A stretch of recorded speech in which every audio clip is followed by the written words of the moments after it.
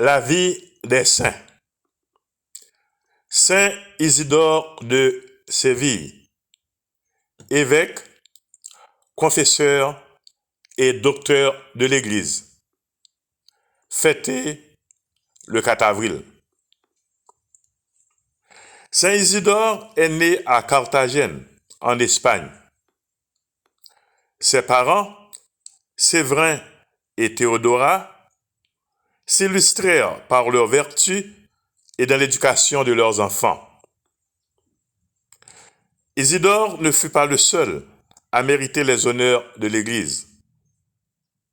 Saint Léandre et Saint Fulgence, tous deux évêques, étaient ses frères, et Sainte Florentine était sa sœur.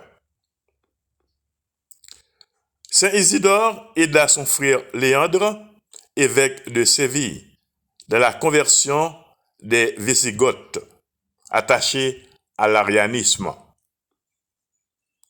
À la mort de son frère en l'an 600, il lui succéda.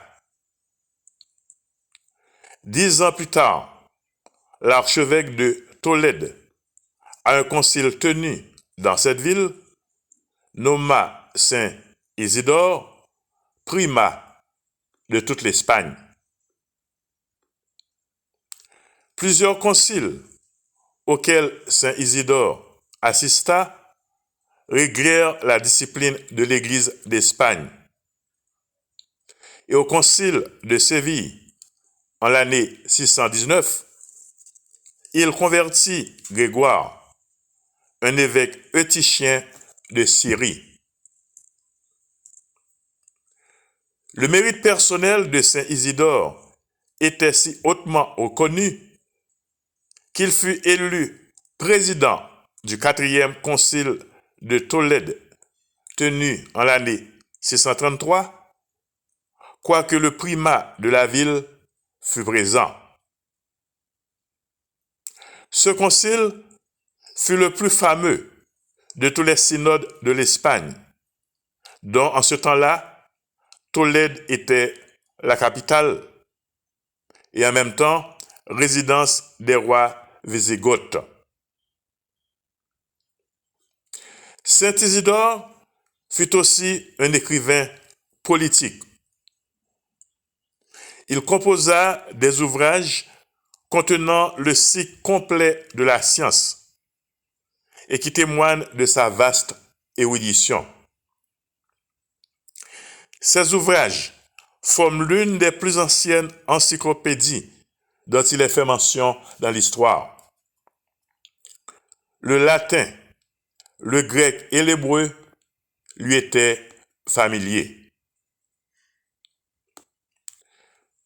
Durant les derniers 6 mois de sa vie, la charité de Saint Isidore de Séville fut plus débordante que jamais.